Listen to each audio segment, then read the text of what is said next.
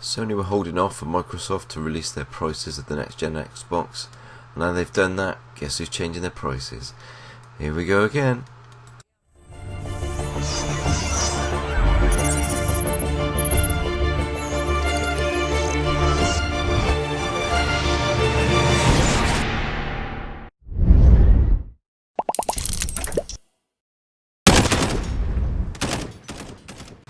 Hey everyone, this is Microbox of X, and yeah, 2 days, 2 videos, there you go.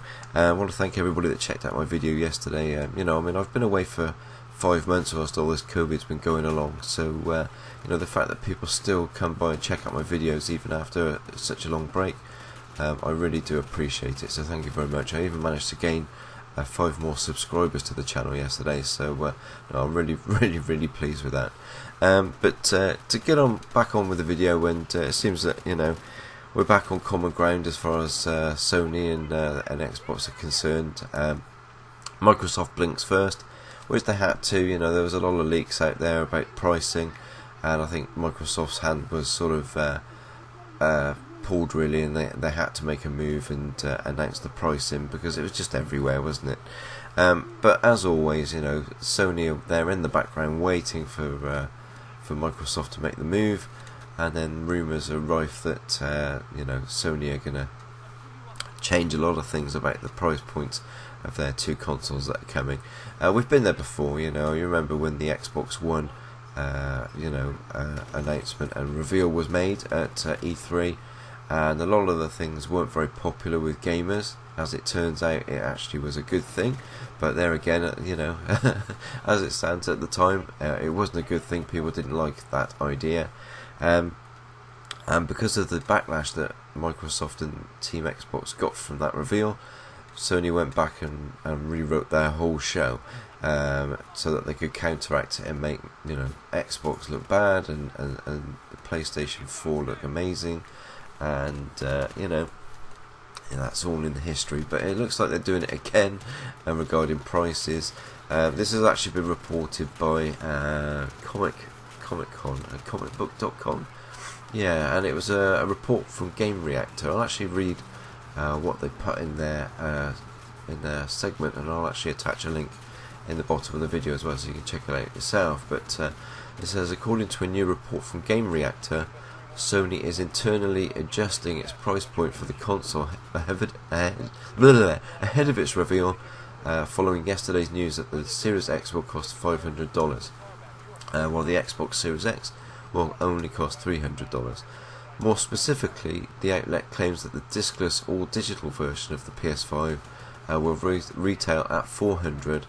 Meanwhile, the standard console with a disc drive, that would be the 4K player, will retail at $500.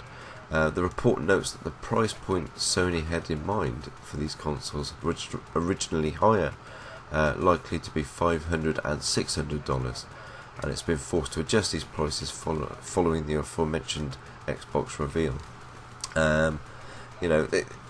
This was bound to happen. I think everybody expected this to happen anyway. We all knew that they'd change their prices if Microsoft and Xbox come out and brought theirs out first. We knew that was going to be the case. But interestingly, that's maybe why the prices are only penciled in for the next generation Xbox consoles. I could not see the Series S price changing at £249, $299, because that console is already outpricing the all-digital PS5. That being said, I would not be surprised if Microsoft dropped the price of the Series X further. I think they've got some leeway on that. I can see that possibly dropping as low as £400, just to sort of keep in competition with them. That's just the way I think Microsoft are going to play it this time, and I think that's what they're aiming for. Whether they were looking at Sony coming in with a higher priced console and then they were going to increase, but I couldn't see that happening. I could not see them announcing a price and increasing it. I don't think that would be something that Microsoft and Xbox would even consider, but I do think there's room for them to drop further, and I wouldn't be too surprised if they don't. Certainly not the S. I think that's in a good position. It's a lower sort of specification than the PlayStation 5 Digital. I mean, the PlayStation 5 Digital is basically going to be the PlayStation 5 but without the drive. So you know, they're two different types of console. But to bring the Series X in line with the all digital PS5, I think you could see a price drop to bring it closer to it. Whether that happened, who knows? But I think Microsoft have been quite cagey, and they've been trying to protect it. I think they wanted to be the ones that come out after, but I think they pretty much knew that that wasn't going to happen. Sony will wait and wait and wait, and you know, myself and many others, you know, I'm sure you listening now, we're getting a bit cheesed off. We're not knowing the prices, we're not having the pre-order dates, etc. Obviously, we'll know more, and this will be confirmed on the 16th when Sony have their event, because they've now announced that. So they're obviously just waiting for Microsoft to make the move, which, you know, is always the way with Sony. That's all they do. They wait for Microsoft and Xbox to make their moves, to make their announcements, and then they're always in the background waiting so that they can counteract anything that Xbox comes out with. But you know, in my opinion, they're going to have to do a hell of a lot more than the prices this generation, or the next generation as it still is at the moment, because you know, it's not just the price, it's the spec of the machine. The Series X is so much more powerful. That is going to become more evident as the Digital Foundry videos drop, as I mentioned yesterday. That's going to be an amazing selling point, and the Series S is a great entry level to get into the next generation of consoles. It's a much more affordable option, especially if you haven't got a 4K television. You know, if you've not got a 4K TV, you don't really need to go to the full full Series X specification, because you haven't got the displays to take advantage of that extra power anyway.